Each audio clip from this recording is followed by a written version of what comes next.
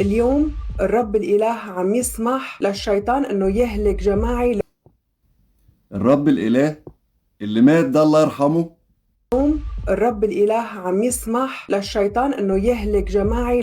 ايه الام ماجي خرام، كلك خرام وثغرات، مش عارف والله اخش لحضرتك من انهي ثغرة من ثغراتك. وبعدين هما الاخوة المسيحيين عايزين ايه؟ بجد والله يعني اطبع لكم صورة الفنانة عبلة كامل مكتوب عليها انت مالك، بجد والله يعني انت حضرتك مال امك انت بالحج.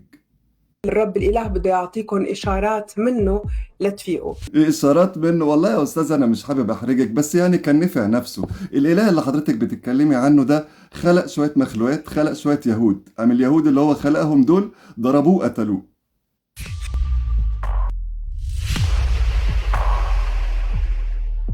في ناس يعني توفت في الحج، يا ما شاء الله يا بختهم والله وانعم بها كرامه. ربنا يلحقهم بالصالحين ويلحقنا احنا بيهم ويرزقنا حسن الخاتمه، حاجه كده حضرتك ما تفهميهاش ولا تسمع عنها.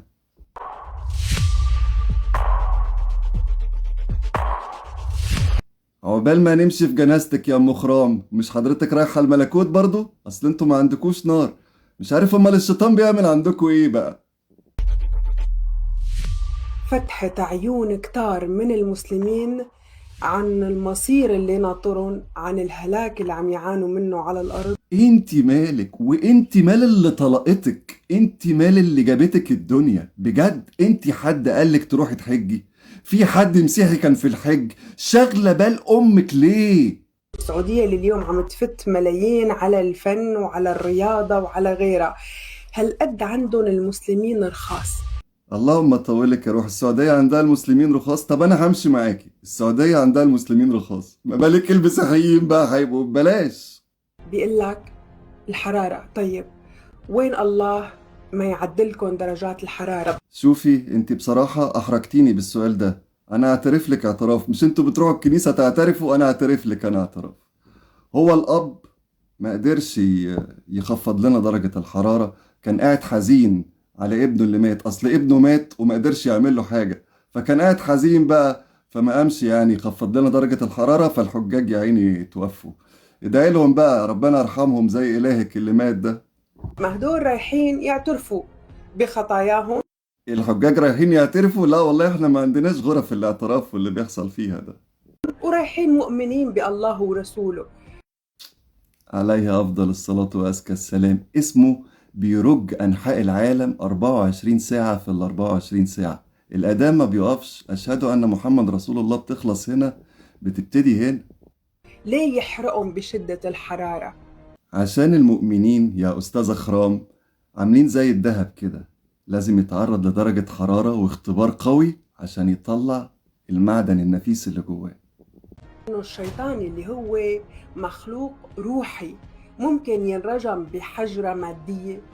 ممكن جدا واعرف اثبت لحضرتك ليه وازاي وايه الموضوع بالظبط، بس حضرتك اصلا مش هتفهمي الكلام ده. فانا اسالك انا بقى سؤال، ايه رايك لما اسالك انا دلوقتي حضرتك؟ المسيح عليه السلام اللي هو الناسوت، تمام، اللي هو لا حول ولا قوة الا بالله، انتوا بتقولوا ان هو مات. حتى لو كان بعد كده قام بالحقيقة قام، اللي هو اللي مات ده، تمام. الناسوت هذا لا يفترق عن اللاهوت طرفة عين.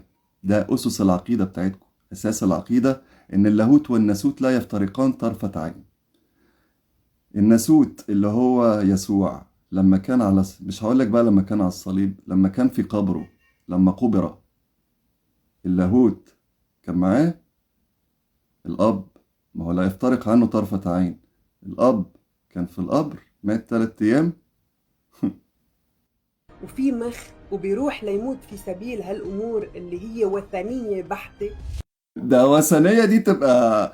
بص يا أستاذة خرام بجد والله أنا مش هتكلم، يعني أدي البابا وأدي كتابك، عشان أنا مش عارف احنا هنعلمكم دينكم لحد إمتى. يعني أنتوا بتقولي علينا احنا وثنية وأنتوا كل حياتكم تماثيل وصور.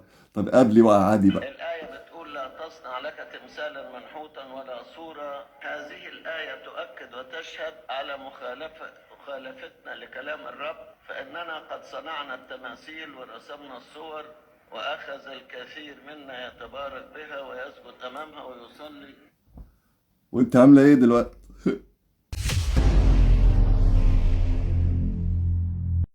أبلغوهم إن في لاعب جديد نزل الملعب اسمه إسلام عادل وإنه هيكون كابوسهم.